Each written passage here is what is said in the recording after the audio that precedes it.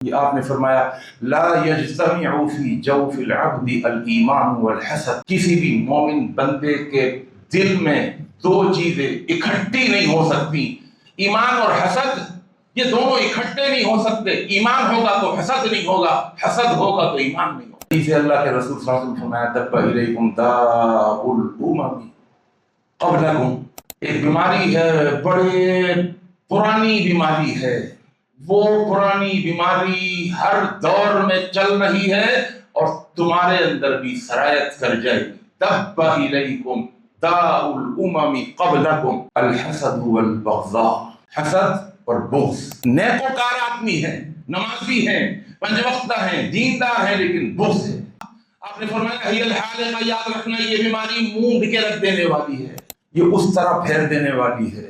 فرمایا یہ نہیں سمجھنا اس طرح سے کہ کہیں اس بیماری سے سر کے باہر اڑ جائیں گے، لیکن یہ ایسی بیماری ہے یہ الحالقہ، یہ مونڈ کے رکھ دے گی۔